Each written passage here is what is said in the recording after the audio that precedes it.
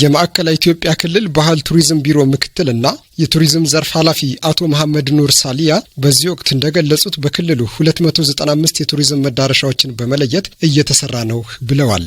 የዓለም አቀፍ ተወዳዳሪነት መስፈርቶች መሰረት 13 ለይተናል። ከ13ቱ 6 የመጀመሪያ ዲዛይን አሰርተናል። ከ6ቱ ውስጥ 4 የምናስጀምረው ዋናኛውና የመጀመሪያው በመስፈርቶቹ ላይ የተለየው የግቤ ሸለቆ ብሔራዊ ፓርክ ነው። የግቤ ሸለቆ ብሔራዊ ፓርክ ከሀገሪቱ መዲና አዲስ አበባ በቅርብ ርቀት የሚገኝ በመሆኑ አስፈላጊውን መሰረተ ልማት በማሟላት ለቱሪስት መዳረሻ የማድረግ ስራ እንደሚሰራ አቶ መሐመድ ኑር ጠቁመዋል። አክለውም ፓርኩን የቱሪስት መዳረሻ ከማድረግ በተጨማሪ ከሚመለከታቸው ባለድርሻ አካላት ጋር በመነጋገር ለአካባቢው ማህበረሰብ የስራ ዕድል ትስስር እንዲፈጠርና የቱሪዝም ፍሰት እንዲፋጠን ይሰራል ብለዋል። ወደ ሌላ አካባቢ የሚሄዱትም ጭምር እዚህ ማቆያት የሚያስችል መሰረተ ልማት በማሟላት ለክልሉም ለዞኑም ከፍተኛ ገቢ በማስገኛት ተኪ የሌለው ሚና ይጫወታል ብለን ነው የምናስበው። ከዛ ውጪ ለአካባቢ ዜጎች ከፍተኛ የስራ ዕድል ይፈጥራል ተብሎ ነው የሚታሰበው።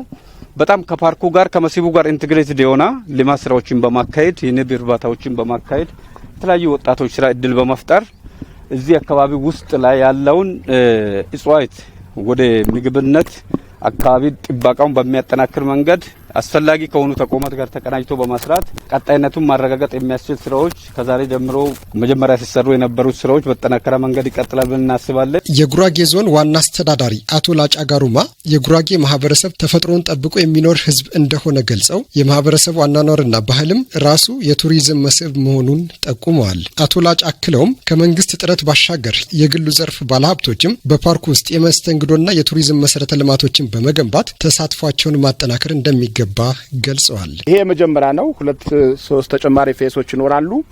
ዋናው ግን ከመንግስት ባሻገር ባለሀብቶችን ይሄንን አይተው ተጨማሪ ቱሪስት ማረፊያ ሎጆች እንዲሰሩ ነው። ስለዚህ ባለሀብቶች ይሄ በጣም በኋላ በቀላሉ የሚገኝ አይደለምና ይሄንን ባለሀብቶቻችን ይሄ መነሻ አድርገው እንዲሰሩ መደረግ አለበት። እዚህ አካባቢ ላይ ያለውን እምቅ ሀብት ለመጠቀም የሁላችንም ድርሻ ያስፈልጋልና በዚህ መልኩ ለሁላችንም ለባለሀብቶቻችን ጥሪ ማድረግ እፈልጋለሁ። ፓርኩ የማዕከላዊ ኢትዮጵያ ክልል ብቸኛ ፓርክ በመሆኑ ክልሉ የሚያስፈልጉ መሰረተ ልማቶችን በልዩ ትኩረት በማሟላት እንዲያለማ በማመላከት የአካባቢው ማህበረሰብ ፓርኩን በአግባቡ በመጠበቅና በልማት ውስጥ በንቃት በመሳተፍ የቱሪዝም ዘርፉ የዘላቂ ልማትና የገቢ ምንጭ እንዲሆን የራሱ ድርሻ መወጣት እንዳለበት ጥሪ አቅርበዋል። ይሄን የተፈጥሮ ሀብት የመጠበቅ የመንከባከብ በዋናነት የአካባቢ ነዋሪ የአርሶ አደሮች የራሳችሁ ኃላፊነት ስለሆነ በዚሁ አጋጣሚ እናንተም ማንንም ሳይንቀሳቀሳችሁ በራሳችሁ የተደራጅታችሁ ይሄ ነገር መጠበቅ አለበት የሚለው አቋም ይዛችሁ መስራት ይኖርባቸዋል። የግቤ ሸለቆ ብሔራዊ ፓርክ ጽህፈት ቤት ኃላፊ አቶ መስፍን ተካ በበኩላቸው የግቤ ሸለቆ ብሔራዊ ፓርክ በማዕከላዊ ኢትዮጵያ ክልላዊ መንግስት በጉራጌ ዞን ውስጥ በሚገኙ 4 ወረዳዎች ባሉ 23 ቀበሌዎች እንደሚያዋስኑት ተናግረዋል። በብሔራዊ ፓርክ ውስጥ ከ12 በላይ ዓመቱን ሙሉ የሚፈሱ ወንዞች ለእይታ ማራኪ መልክዓ ምድር መኖሩን ያነሱት አቶ መስፍን ትላልቅ አጥቢ የዱር እንስሳት፣ አዕዋፍት፣ በውሃ ውስጥ የሚኖሩ የዱር እንስሳት፣ የእጽዋት ዝርያዎች እንዲሁም ሌሎችም የቱሪዝም መስህቦች ይገኛሉ ብለዋል። ፓርኩ ውስጥ ትላልቅ አጥቢ እንስሳቶች ከ20 በላይ ዝርያ ያላቸው የሚገኙበት ብርቅዬ በኢትዮጵያ ብቻ የሚገኙ ከ150 በላይ የአዕዋፋት ዝርያዎችና 4 በኢትዮጵያ ብቻ የሚገኙ አዕዋፋቶችን አቅፎ የያዘ ነው።